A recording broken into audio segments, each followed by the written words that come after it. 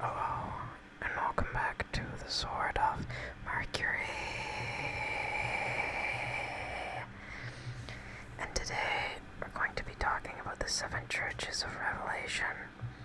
We're going to be talking about the 7 archangels that govern these churches and how they relate to the planetary spheres.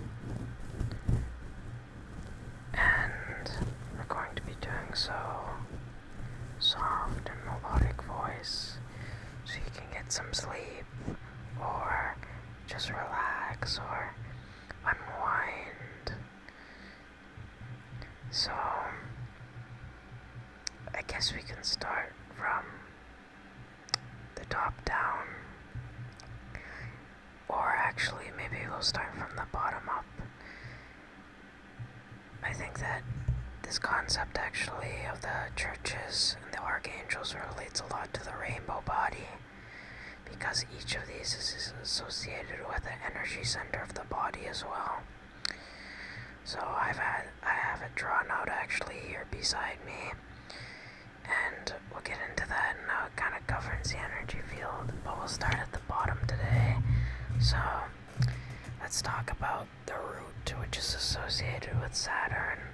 And Saturn is a planet of discipline, and really by understanding the qualities that are associated with each planet, we can get insight or understanding of how each archangel operates in the sense of what they are best suited to assist you with. So the root is associated with grounding. It's associated with discipline. It's associated with structure. So almost like the activities that you do in your everyday life or the skills you practice are own. Like, talk a lot about martial arts here. So martial arts, has to be practiced, right? So your body is on the same page. It's the same concept here with the root and discipline and structure. It's helping your body to understand the pattern. So Saturn is a planet that is associated with that. It's associated with your power because you also need to discharge your energy so you don't get overwhelmed, which is why we create patterns, because we can't always utilize all the energy we need at once in one moment to accomplish that thing. Sometimes we need to practice it over time, or maybe it's something that is just needed to be practiced over time to constantly evolve. Like a martial artist is always learning. I just use martial arts as an example, by the way. Anyway, I digress. We'll move on to the sacral center. Oh, I almost forgot. The root is associated with Archangel Tzadkiel, not to be confused with Archangel Tzadkiel, who is the Archangel of the Crown. Archangel Tzadkiel is the Archangel of Saturn, and he is associated with these qualities. Moving on to the sacral center, we talk about the moon and the lunar sphere. We're now getting into the qualities of movement and of transition and the patterns being in their cycle of movement. So the moon sphere is often associated with almost the boundary where the lower astral and the upper astral come into play, because the moon, as being associated with the sacral center, connects us to our sexuality, and it connects us to what we find supportive and nurturing to our physical persona. It also has to do with our sensory perception in terms of how things make us feel. So this is the center which really connects you to your body's relaxation and and your body's understanding one's body.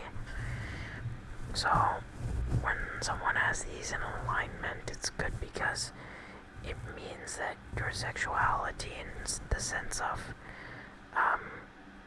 understanding the sexual energy that surrounds a body, in the sense of share it with who you love and not just like randomly lusting over things, becomes something that is integrated into how you see the world, in the sense that you're utilizing that lower instinct for a higher purpose as well.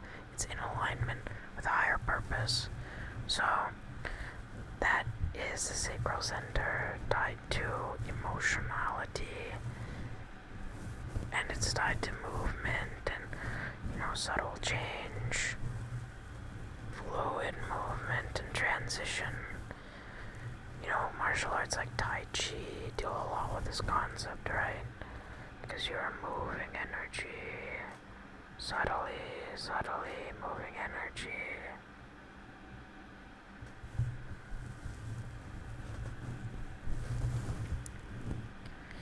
And when you do that and refine it enough, allow the energy to go around in the circle and build up momentum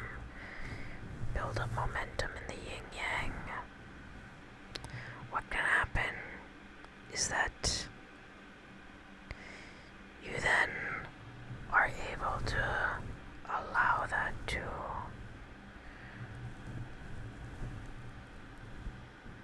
become one with the higher state of being. And we do this through the practice which is known as sexual transmutation. And this is going into the higher center now. But the moon is tied to Archangel Gabriel, which is the Archangel of messages. And it also is said that his name is known as God is my strength. And the reason why that is because when you put the sexual energy behind your intention, when you help the body to understand it, then it's like putting a turbine in place so your energy is channeled towards where you want to go. And Archangel Gabriel, being the Archangel of messages, allows signals to be sent through the moon realm and ensures that almost clear visage is being heard and you are connected to those higher centers, and the information is allowed to transfer or flow effortlessly.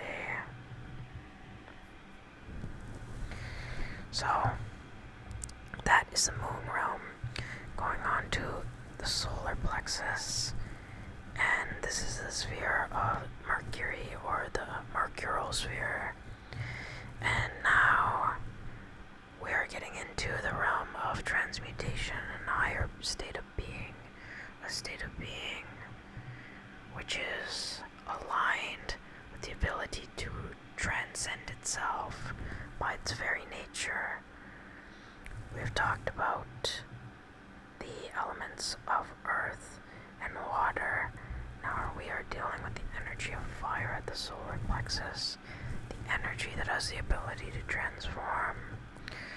And we're now talking about the Archangel Michael.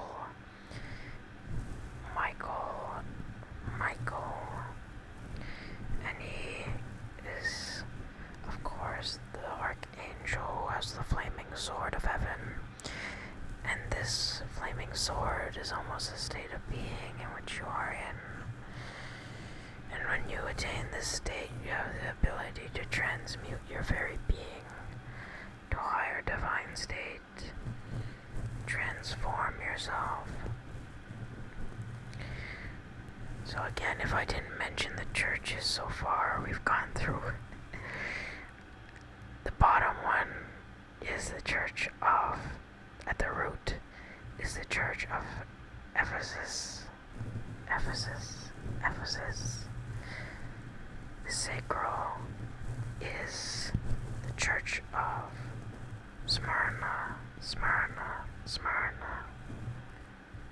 And the solar plexus, which we are now at, is the Church of Pergamos.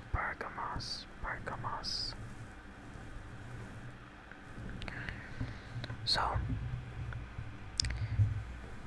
when you align with this energy, that's why it is said that the Archangel who is related to this church is he who had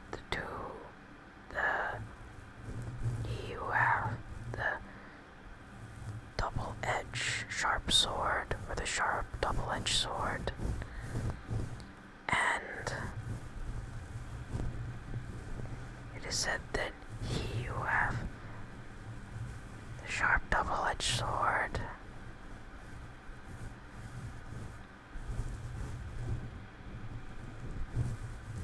relating to the Church of Pergamos. This is also the seat where Satan's seat is, it is said. And the reason why that is because fire is tied a lot to your drive and your pride and your ability to create willpower. But the other side of that is having humility to understand higher insight and it in retrospection to its alignment, or retrospect to its alignment. And when you have humility and can say that I'm still learning, I'm still growing,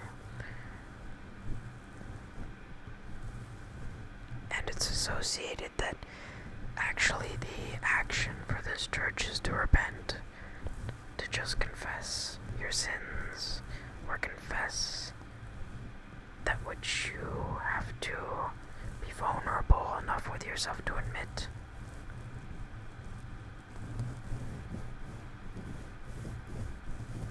Then your humility becomes the antidote to your excess pride, and that is how one triumphs over where Satan's seat is, because you now have your sword in alignment. So, it is in alignment with its higher intentions. So, this center relates also a lot to the higher centers, which have to do with objectivity. Like it said that Archangel Tazadkiel, which is the Archangel of the Crown, he is one of the angels or archangels who will follow Michael into battle. So, both in like the war against Satan that originally took place and the war that is destined to take place at the end of time. So, that's why it's connected with these concepts, because Michael represents divine justice and Zadkiel represents divine mercy, and because it is meant to have a harmonious instrument to it, in the sense that instead of just mass smiting, you're able to transcend energy so it can be redeemed, which is the essence of these churches and understanding them in relation to us, and the principalities, which is actually the next church.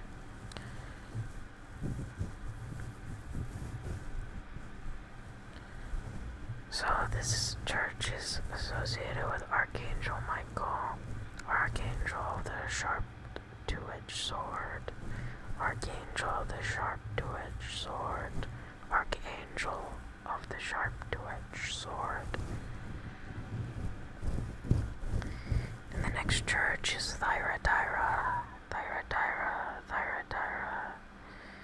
which is associated with the heart center, Venus, the Venusian sphere, and Archangel Anael.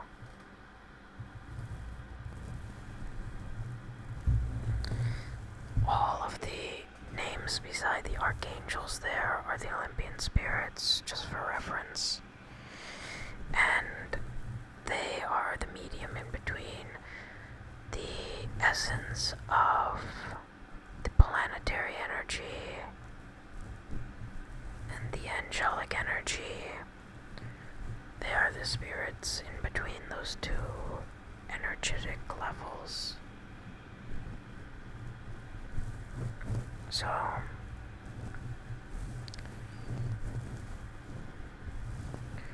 going back to Venus and Archangel Anael.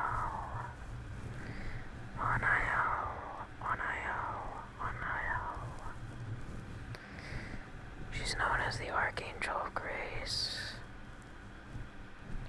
And these are tied to concepts associated with love and with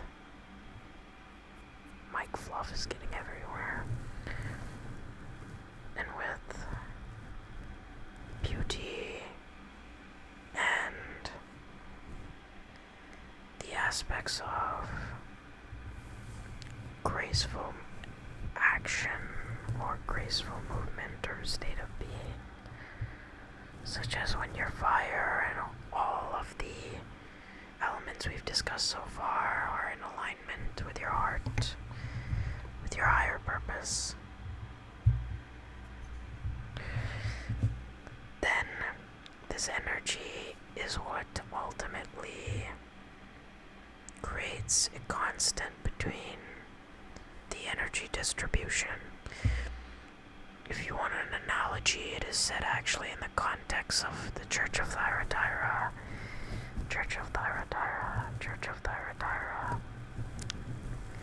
that he whose eyes are like unto a flame of fire, and because it's almost like the wind is a higher dimensional medium that is staring at the fire,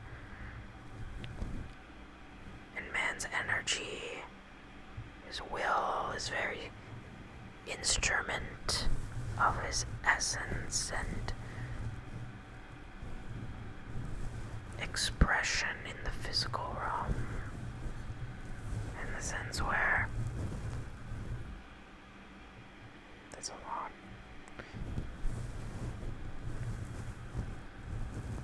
It's his very willpower in the physical realm.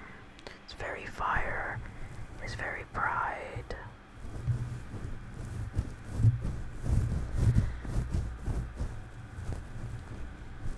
When it's in alignment with its higher purpose of the heart, it's a constant flow of energy, because you are in alignment with all of your principalities.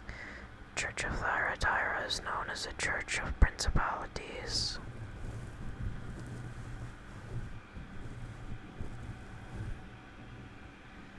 And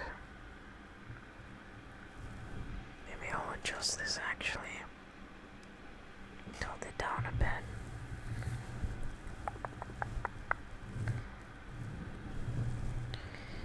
It's known as the Church of Principalities, and this is in paramount actually. I was going to use the word integral, but this is paramount, or of the most importance to, it's of the most importance to your magnetic field, or your aura.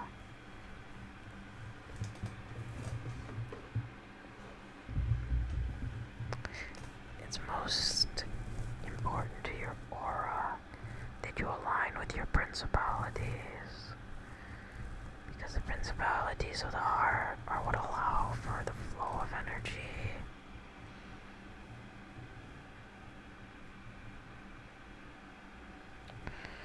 And moving to the next church, which ties to this concept, we're talking about the Church of Sardis, which is linked to Archangel Raphael, while Archangel Anael is linked to divine healing of emotionality, where she is linked to Venus, represents love and romantic sense, and also just within attraction of their magnetic principalities.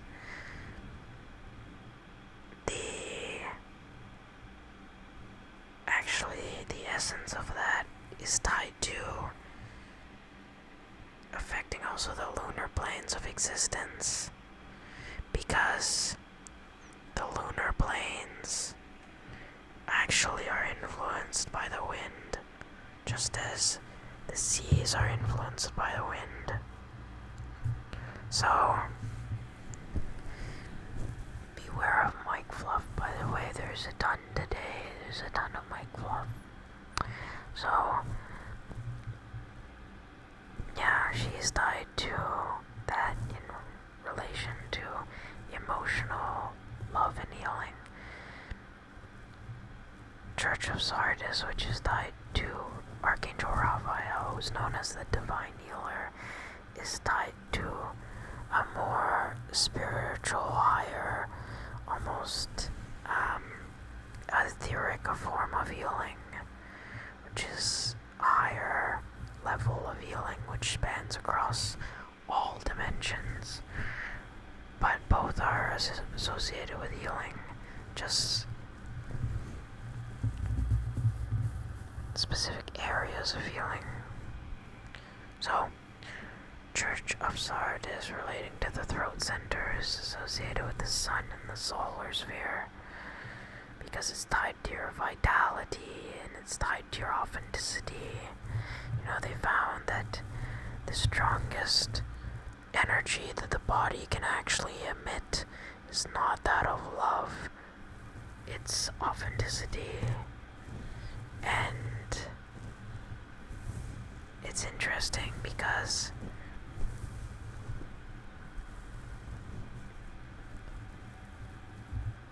authenticity is something that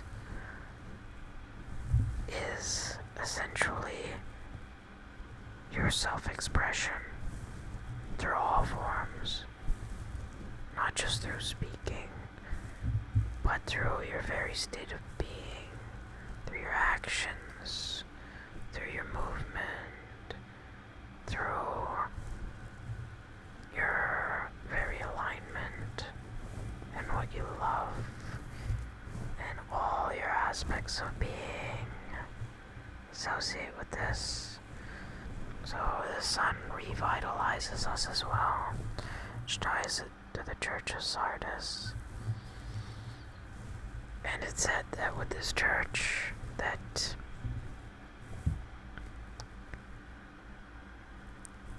essentially those who are in alignment with the virtues of this church, because Church of Thyatira is tied to, is the Church of Principalities, but the Church of Sardis is the Church of Virtues.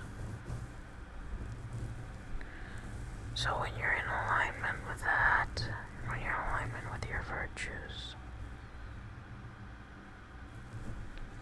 then you can express yourself authentically, and you can be who you're meant to be, and that on its own generates or creates or harmonizes with a certain type of energy. It's almost just like having a beautiful song playing. Sometimes a song on its own is enough to change the mood. So, just remember that these are all connected to each other, but these revitalize us in this church.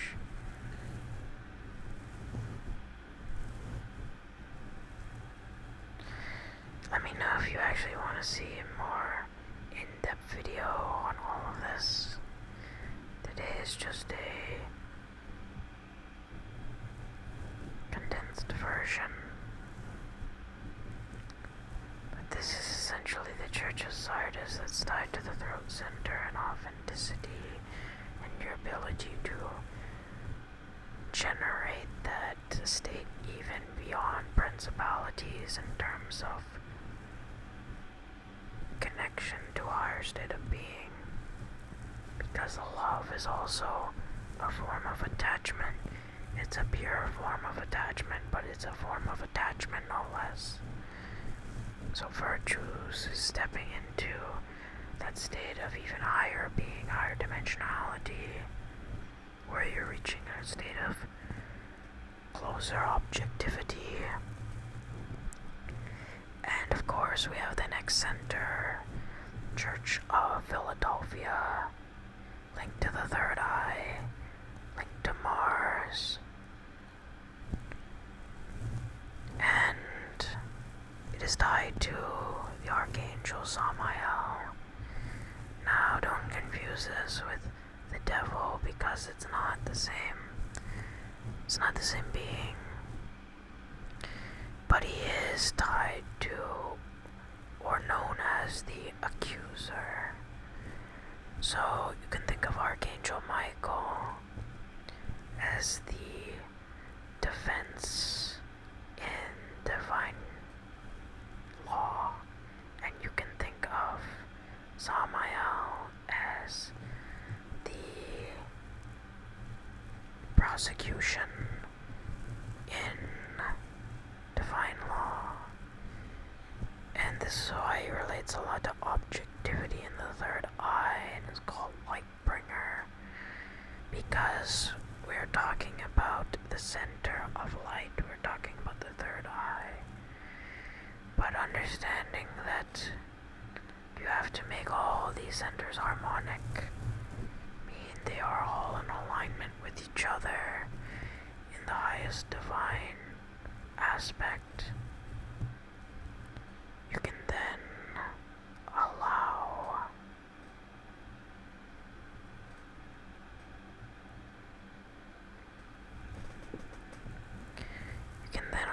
the energy to flow into exactly the alignment it needs to be in. And the reason also that this is tied to Mars is because Mars is associated with battle. You know, we're talking about now a level above the sun. The sun represents the vitality, which is influenced by the third eye, because the third eye is the objectivity. It's the thing your attention is focused on. So you can have all the energy in the cosmos, but if you're not aware of it, then it doesn't matter, because you will be always looking at the small picture. But if you look at the energy source from its purest, truest nature, its very foundation, its fundamental aspect, as a pure source of energy, then you know yourself. So the third eye, a lot of the times it will show us things that exist on both ends of the duality, and that's why there's so much conflict around this angel in the center and stuff, because it is a point where duality starts to disappear. So if you are able to attain the state, you are able to maintain a state of objectivity, seeing things apart from your subjective nature that is in relation to you. You're able to see it from a greater understanding. You're able to see it from a state of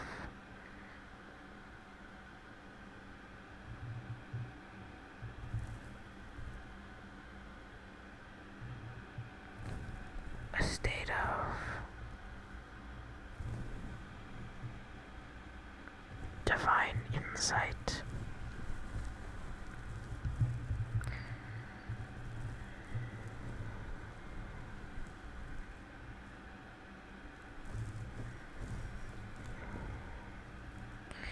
And when you're able to see it from a place of divine insight, then it's almost that the prosecution rests, right? Like they say in court, or like they say in law, that the prosecution rests.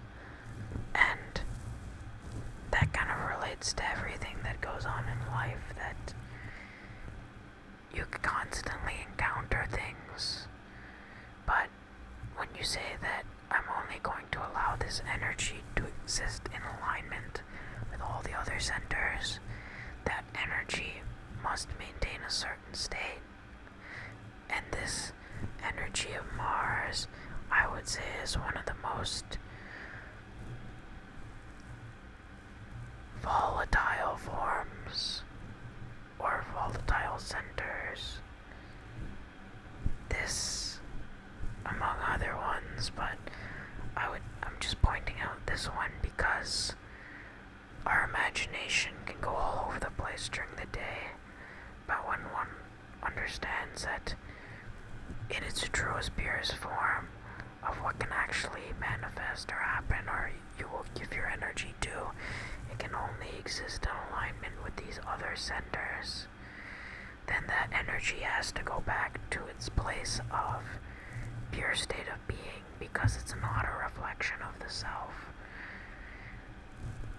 That's why you must understand what is objectivity, what is you, and what is illusion. And when you do that, you're at a very high state of consciousness, because the third eye center is considered the celestial body, celestial body, celestial body. And the last center after the Church of Pergamos, or the Church of Philadelphia, Philadelphia and Pergamos, they're both aspects of the flame that I was talking about when I was talking about Michael being like one part of that energy.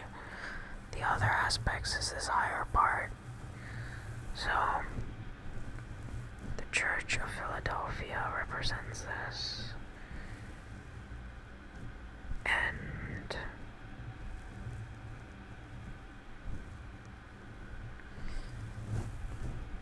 moving on from the state of duality coming to unity, or being understood as a state of unity,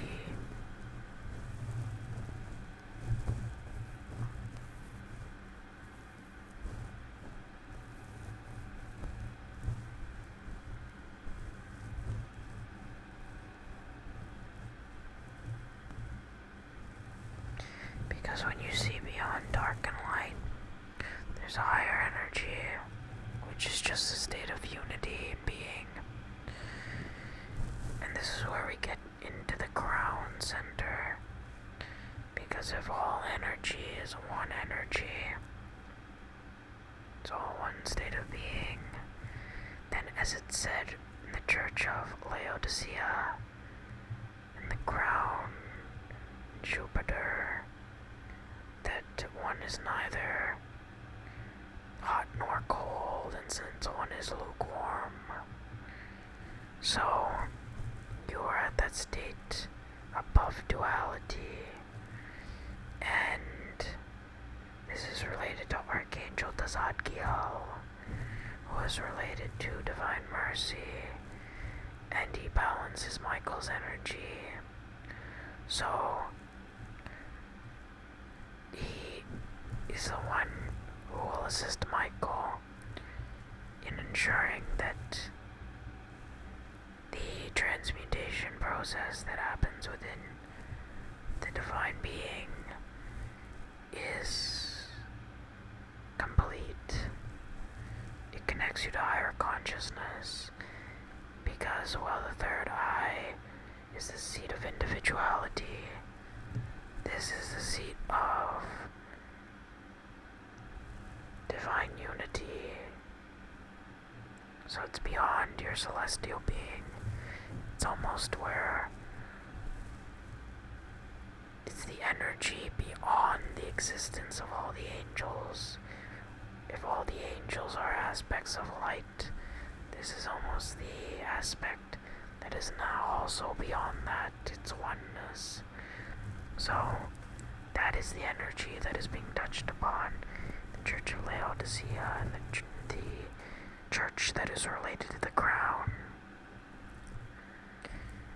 And when this is in alignment, you can tap into your divine alignment, your higher self, and ensure that your third eye is balanced and protected and energetically balanced in alignment with your highest self.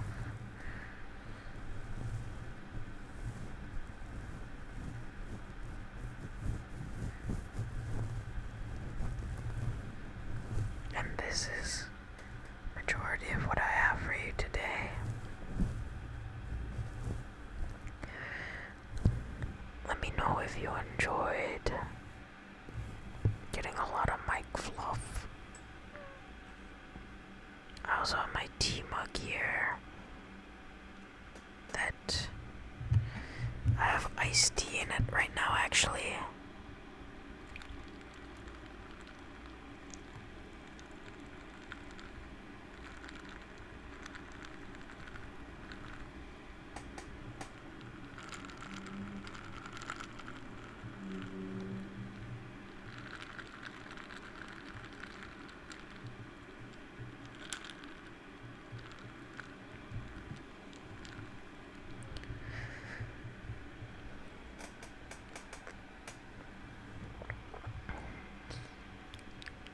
Ginseng tea is tasting a little bit different today. In any case, I hope you enjoyed and that you found this helpful. We didn't bust out the tappy marker today just because I didn't write anything down, but we'll still tap on it just here while we're summing up maybe.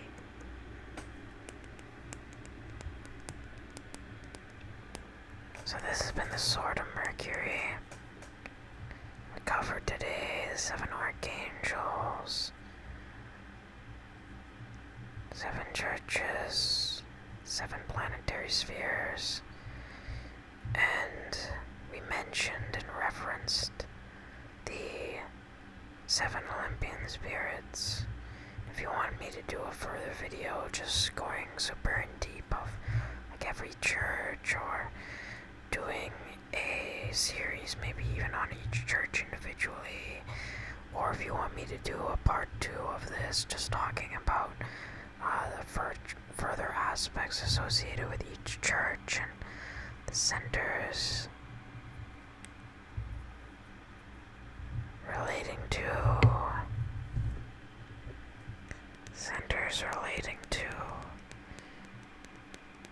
these energies, and get into the Olympian spirits and their role, then I can do that. Let me know if you like these biblical topics. Let me know if you would like to see more on this. So comment down below and tell me what you enjoyed. Even just having interesting discussions in the comment section I like it. I hope you guys feel like you can respond to each other also in the comments and talk amongst yourselves just about, the concepts we discuss here around spirituality and philosophy and the nature of reality. So, I hope you enjoyed. This has been the Sword of Mercury, discussing 7 churches of Revelation, 7 planetary spheres, and the 7 Archangels. So, once again, like, subscribe, and comment. Thanks for watching, and you can follow me on Instagram at @top_sorcerer. We'll see you guys next time right here on the Sword of Mercury. Bye bye.